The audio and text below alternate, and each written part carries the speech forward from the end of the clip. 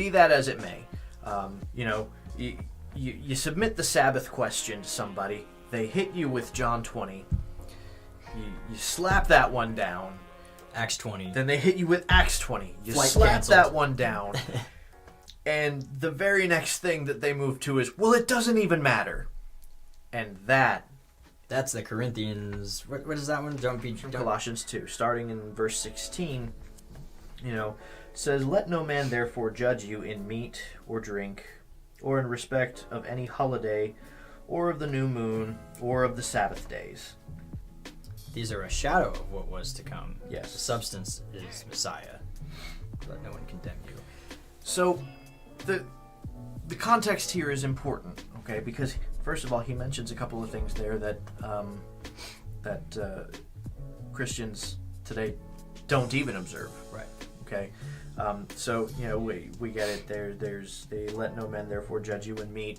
That's another discussion to have. That's which the kosher discussion. I say we make that our next discussion. Because it just kind of flows. Right. Or drink, which is funny because a lot of the same people who would use this verse to say, well, the kosher law is done away with, also believe that drinking alcohol is a sin. But this verse says not to let people judge you for that. Well, they would interpret it to mean like that don't let them judge you because you abstain from drink.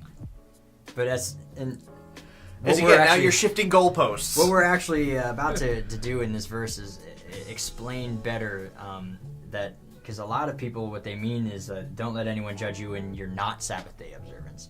The opposite is true. Yes, in this verse, it's an issue of halakha, and what he references that people don't even do. Okay, because Jews don't eat certain meats, Christians eat those meats. Jews drink wine. A lot of Christians don't drink any alcohol. Some do. Some have a more moderate understanding of that subject. Jews have their holidays.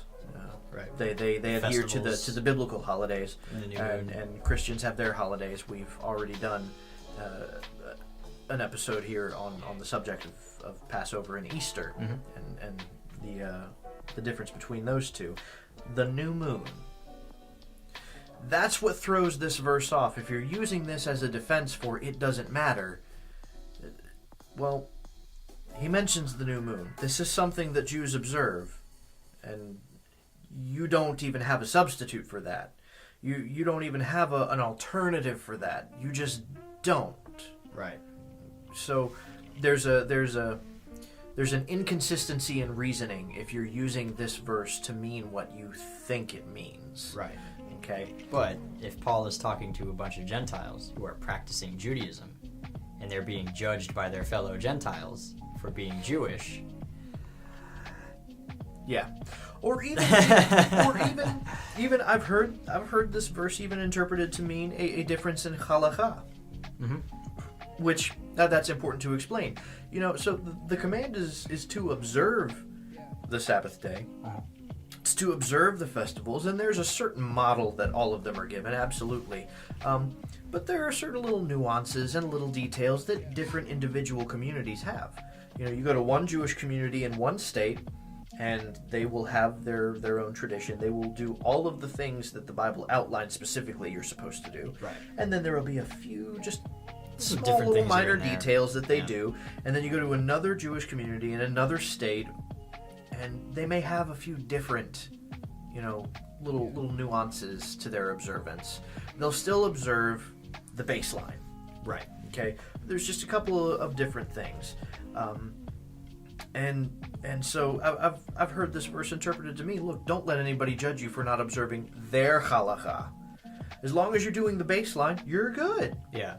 Which I still don't entirely agree with that particular, but that's a much better argument. Yeah. Than the normative Christian argument that it doesn't matter what day you celebrate the Sabbath on.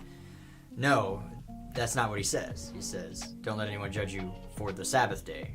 Yeah. He's not saying, don't let anyone judge you for Sunday worship. Yeah. He says, let no man judge you.